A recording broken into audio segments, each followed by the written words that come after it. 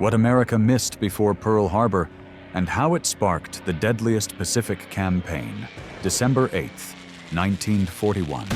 A dark room at the Navy Department in Washington. Petty Officer John Murphy watched images materialize in developing solution, his hands shaking so badly he nearly dropped the tray. The photographs emerging from the chemical bath showed something the American public would not see for years. Twisted steel and burning bodies. The reality of what had happened 24 hours earlier at Pearl Harbor. Murphy had been ordered to develop every frame, then separate them into two piles, approved for release, and everything else. The everything else pile grew much larger. What Murphy was witnessing was the beginning of the most extensive censorship operation in American military history. Of the approximately 3,000 photographs and over 40,000 feet of motion picture film captured during and immediately after the Pearl Harbor attack. The war. Department would release fewer than 30 images to the public before 1944. The rest, classified as too graphic, too demoralizing, or too valuable to enemy intelligence, disappeared into vaults. Some for 7 decades. This is the story not of the attack itself, but of what the cameras captured, what military censors tried to hide, and what the uncensored footage finally revealed about the worst naval disaster in American history. The morning of December 7th, 1941, more cameras were present at Pearl Harbor than at almost any other American military installation. The reason was bureaucratic rather than prescient. Pearl Harbor served as a major training facility. Motion picture cameras documented everything from gunnery practice to damage control drills. Still cameras recorded construction progress on new facilities. Even civilian photographers, including several professional news cameramen living in Honolulu, maintained regular access to military areas under pre-war security arrangements that seem astonishing in retrospect. When Japanese aircraft appeared over Oahu at 7:55 that morning, at least 14 motion picture cameras and over 60 still cameras were present at various locations around Pearl Harbor. What they captured would become the most extensive visual record of any surprise attack in military history. But the footage these cameras produced would not match what Americans saw in newsreels. Chief photographer's mate, Harold Fawcett, was developing training film in his Ford Island darkroom when the attack began. His station, located barely 300 yards from Battleship Row, provided a perspective no other camera would capture. As explosions shattered the morning calm, Fawcett made a decision that would haunt him for decades. He abandoned the safety of his darkroom, grabbed his Bell and Howell 16mm camera, and began filming. The footage Fawcett captured in the next 18 minutes remains the most extensive motion picture record of the attack itself. Unlike the carefully edited sequences released to theaters, Fawcett's raw footage showed everything. The USS Arizona erupting in a fireball that vaporized 1,100 men in seconds. Sailors, their clothes burned away, diving into water covered with burning oil. The USS Oklahoma rolling over so slowly that men trapped inside had time to realize what was happening. Bodies floating in the harbor. Not distant forms, but close enough that faces were visible. Fawcett's camera recorded sounds as well. The film might have been silent, but audio equipment positioned for training purposes captured approximately 11 minutes of the attack. The recordings, discovered in Navy archives in 2003, contained what censors had worked for decades to suppress: screaming. Not the heroic shouts of men rushing to battle stations, the sound of men burning to death, trapped sailors inside capsizing ships pounding on steel hulls, the wet impact of bodies hitting water from heights that ensured they would not survive.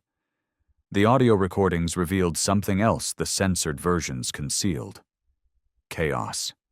Complete, Absolute chaos. Officers screaming contradictory orders, men begging for help.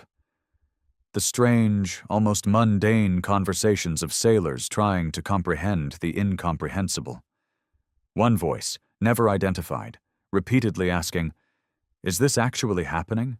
Is this real?" Another, captured by microphones on the USS California, calmly reported the ship was sinking, then asked if anyone knew where he could find a life jacket.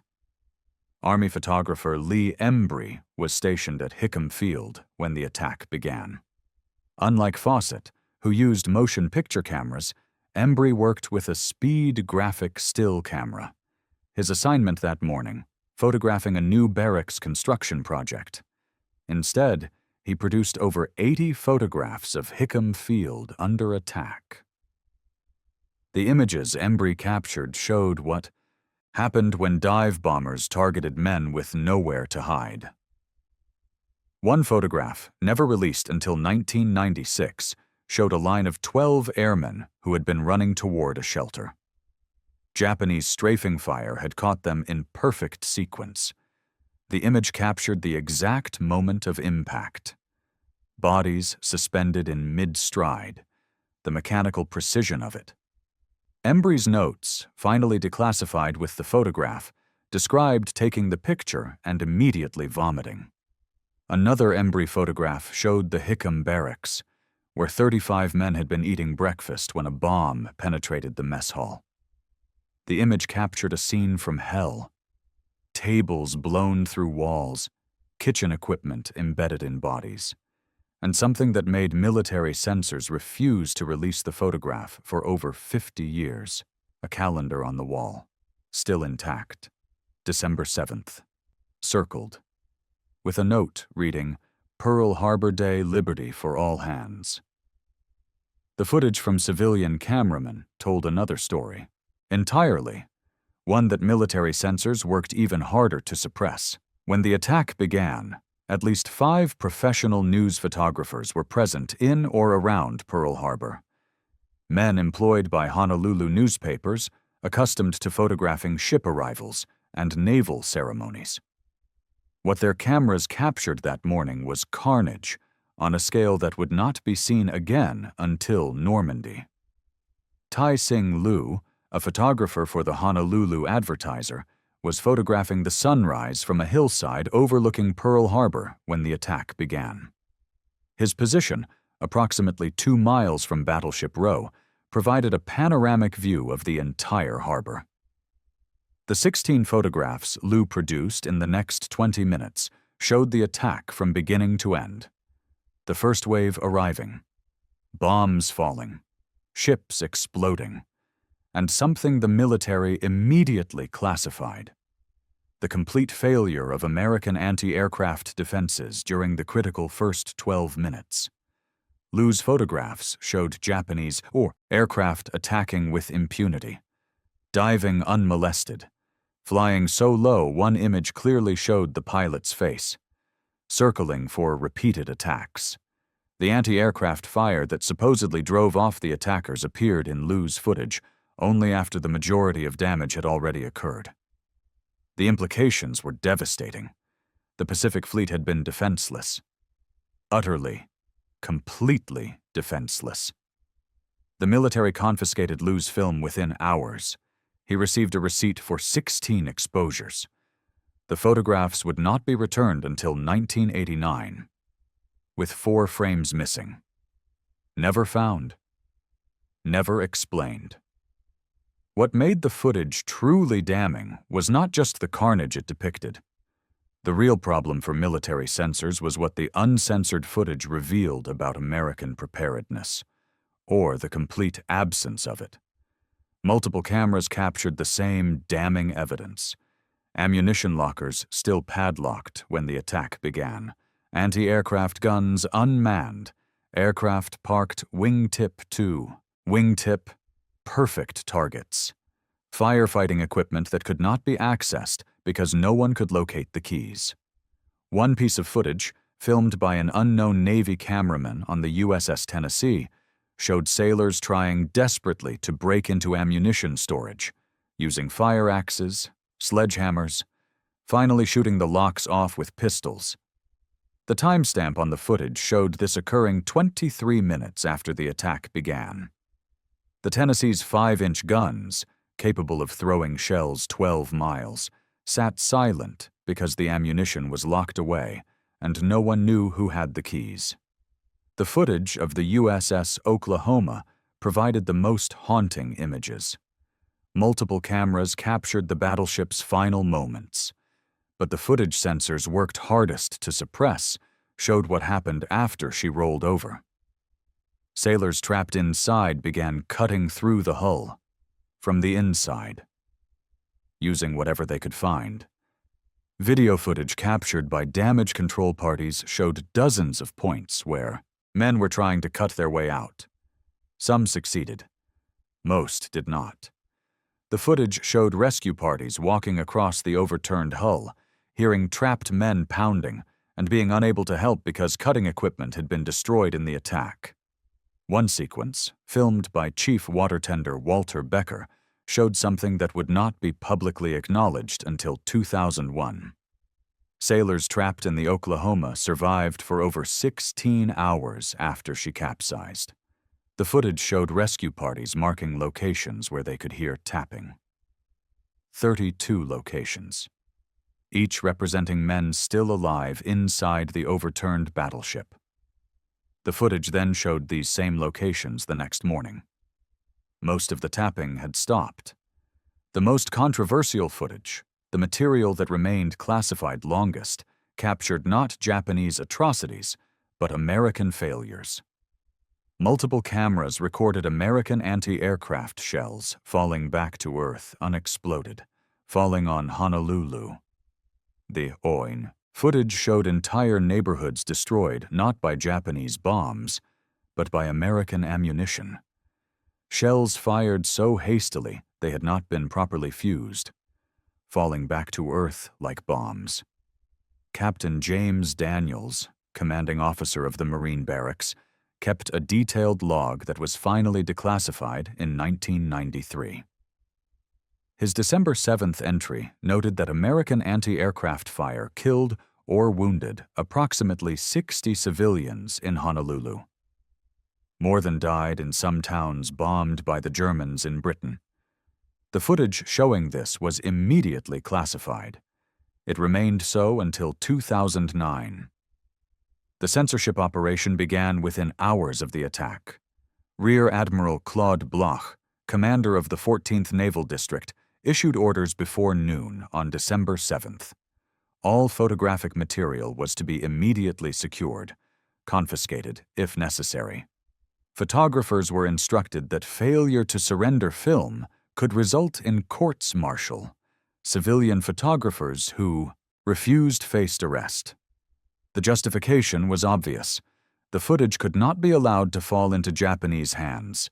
It showed everything: damage assessment, ship locations, which vessels were destroyed beyond repair and which could be salvaged, the kind of intelligence that could guide Japanese strategy for months.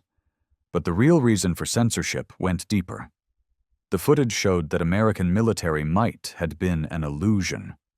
The Pacific Fleet had been destroyed by an enemy dismissed as inferior, using tactics American intelligence had predicted were impossible. The editing process was extensive. The Navy's Photographic Science Laboratory in Washington processed every frame. Teams of analysts marked sequences for classification. The criteria were specific: anything showing identifiable American dead, anything revealing the extent of damage to capital ships, anything showing American equipment failures, anything that might impact home front morale. The approved footage, ultimately released to newsreels, showed something very different from what actually occurred. In the approved versions, the attack appeared almost clinical. Distant shots of explosions, carefully framed images showing damage, but not casualties. Sailors fighting back heroically. The impression created was of a surprise attack, certainly, but one met with fierce resistance.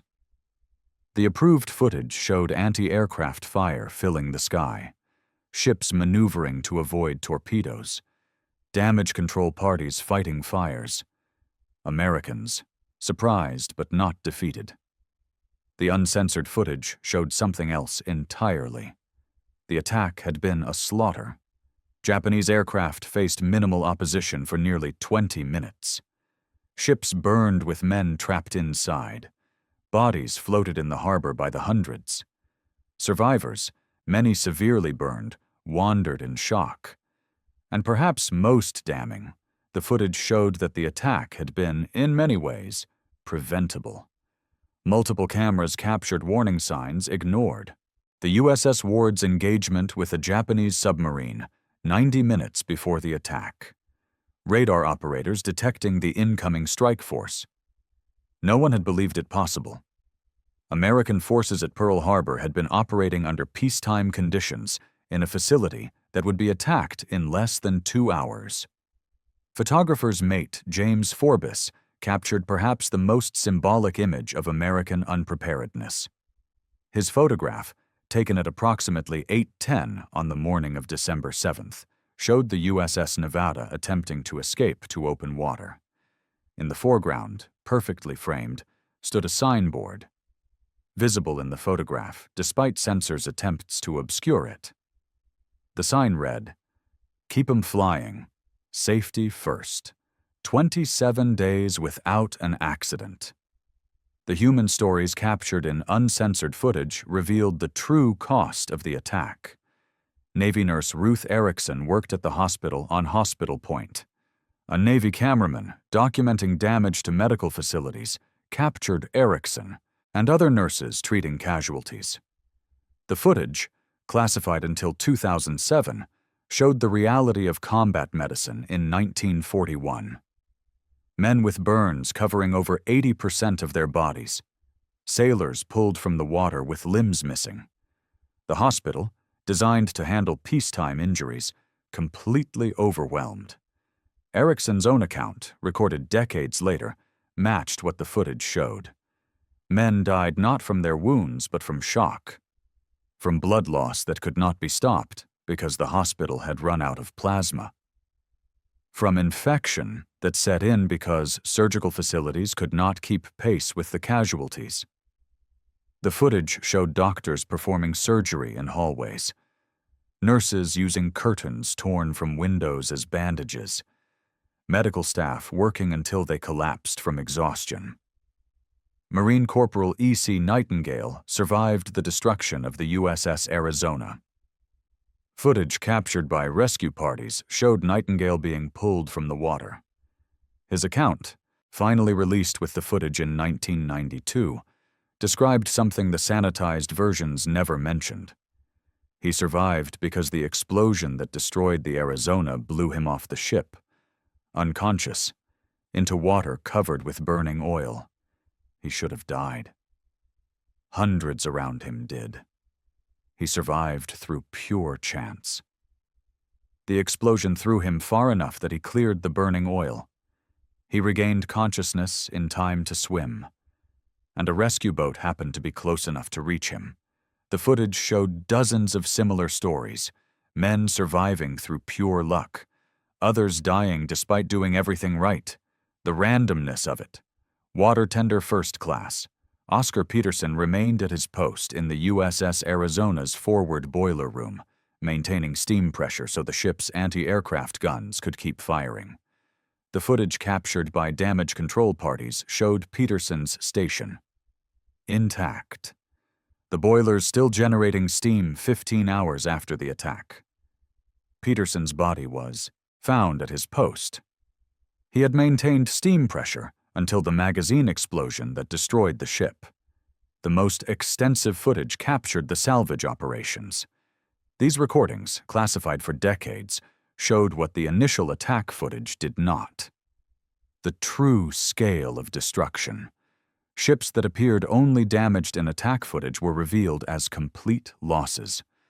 The USS Arizona broken in half. The USS Oklahoma capsized with over 400 men still entombed inside. The USS Utah rolled over at her berth, another crew trapped inside. The salvage footage captured moments that still disturb viewers.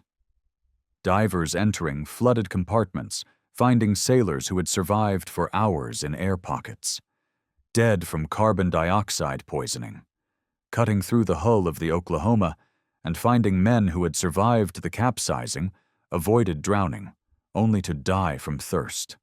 One salvage team's log, released in 2004, described finding a compartment where sailors had scratched. Messages on the bulkhead. Names. Dates. The last entry read, December 9th, air getting bad. Tell my wife. The footage also captured the systematic cover-up that followed. Not a sinister conspiracy, but an understandable attempt to maintain morale and operational security. Ships that could not be repaired were quietly moved to back areas of the harbor, their hulls hidden behind screens. The USS Arizona, obviously destroyed beyond repair, became a symbol.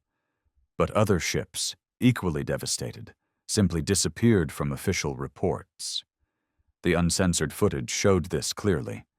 The USS Oglala, a mine layer, capsized at her berth, never repaired, never mentioned in casualty reports. The destroyers Cassin and Downs so heavily damaged their hulls were scrapped, officially listed as repaired. The Navy salvaged their machinery and built new ships using the same names and hull numbers. Technically accurate, completely misleading. By 1944, the military situation had changed dramatically. American forces were advancing across the Pacific. The footage of Pearl Harbor, once considered too damaging to release, became useful as propaganda. It showed Americans why they were fighting. Selected footage began appearing in newsreels, but always carefully edited, always showing destruction, but rarely showing death, never showing the chaos, the confusion, the complete failure of American defenses. The full footage began emerging gradually. Pieces declassified in the 1980s and 90s, more released in the 2000s. Some material remains classified even today, officially for privacy reasons, protecting the families of the dead. Unofficially, because some images are simply too disturbing for public release. Modern analysis of the uncensored footage, using digital enhancement and frame-by-frame examination, revealed details invisible in original viewings. Japanese aircraft, photographed at close range, showing modifications to torpedoes. Intelligence that could have warned of Japanese capabilities, if anyone had examined the footage carefully enough. American equipment failures, visible in dozens of frames.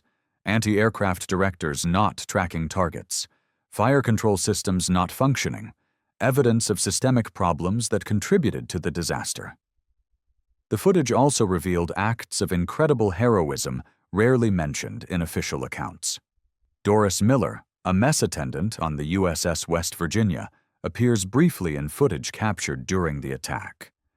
The footage shows Miller, with no gunnery training, manning an anti-aircraft gun. The image captures him for perhaps 2 seconds. But those 2 seconds, analyzed carefully, show Miller firing controlled bursts at attacking aircraft. Doing it correctly, despite never having been trained, because African American sailors in 1941 were not permitted gunnery training. Miller would receive the Navy Cross, the first African American so honored in World War II. But the footage showing his actions remained classified for decades, not for military reasons, because it raised uncomfortable questions about segregation in the armed forces. The most haunting footage captured something unexpected. Moments of absolute normalcy in the midst of catastrophe. One sequence, filmed by an unknown cameraman, showed sailors eating sandwiches while sitting on the dock. Behind them, the USS Arizona burned. In the foreground, men calmly eating lunch. The timestamp showed this occurring 4 hours after the attack. The men had been fighting fires, rescuing survivors, recovering bodies. Now they sat eating sandwiches. Because they were hungry. because life continued even in hell. Another sequence showed a sailor, identified decades later as Gunner's Mate 3rd Class James Anderson, throwing a baseball, playing catch with another sailor. While behind them, salvage crews worked to recover bodies from capsized ships. The footage was classified not because it revealed military secrets, but because it showed something censors felt the public would not understand. Men finding moments of peace in horror, doing normal things while surrounded by death. The Navy felt it would appear disrespectful. Perhaps it was. Perhaps it was also the only way to remain sane. The uncensored audio recordings captured similar moments. One recording, made on December 8th while salvage operations continued, captured a conversation between two sailors. They discussed a baseball game, the 1941 World Series, the Yankees' victory over the Dodgers. For 3 minutes, two men discussed baseball while standing next to a capsized battleship containing hundreds of bodies. The recording was classified for 60 years. When finally released, it required explanation. Context. The men were not being callous. They were surviving. The footage of December 8th and 9th showed the true aftermath. The sanitized versions showed cleanup operations. Ships being salvaged. Damage being assessed. The uncensored footage showed something far more disturbing: industrial-scale death, bodies laid out in rows on the dock. So many rows, identification teams working for days, and too many bodies that could not be identified at all. The footage showed sailors placing unidentifiable remains in coffins, marking them unknown. Over 400 men from the USS Arizona alone would never be identified. The long-term impact of the attack appeared in footage most Americans never saw. Navy cameramen documented psychological casualties, men who survived physically but broke mentally, sitting silently, staring at nothing. Modern viewers recognize the symptoms immediately: post-traumatic stress disorder. In 1941, it was called shell shock or battle fatigue.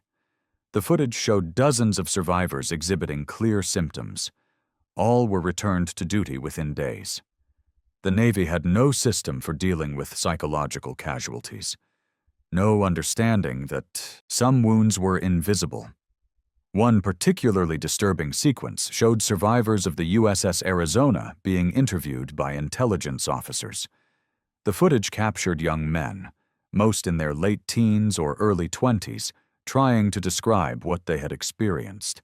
Their accounts made no sense: ships exploding, men vaporizing, the words inadequate to capture the reality. The footage showed these men struggling to communicate something that defied communication, then being dismissed to return to duty. The footage also captured something unexpected: recovery. By December 10th, 72 hours after the attack, the harbor was functioning again.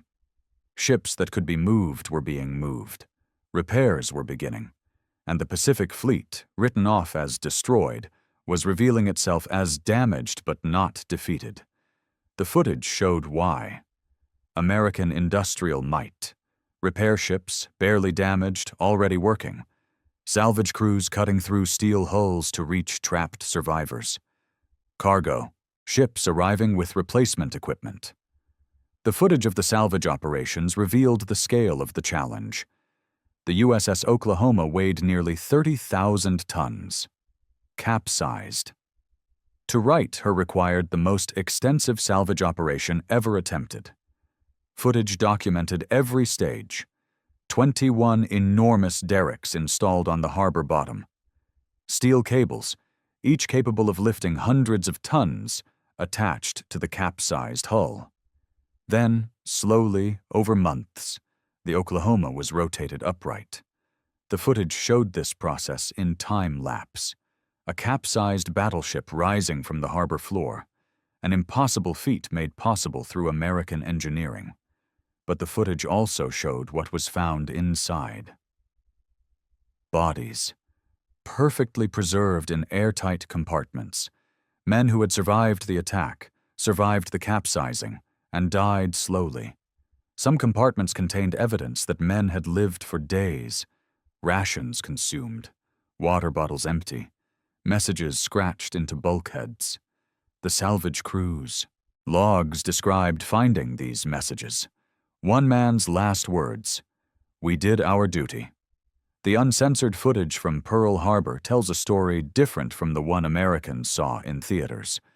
The approved version showed Americans surprised but defiant, fighting back heroically, rallying from disaster. All of which was true, but incomplete. The uncensored footage showed something else as well. The attack had been catastrophic. American forces had been unprepared to a degree that bordered on criminal negligence. Men had died because ammunition was locked away, because no one believed an attack was possible, because peacetime procedures continued in a world that had already gone to war.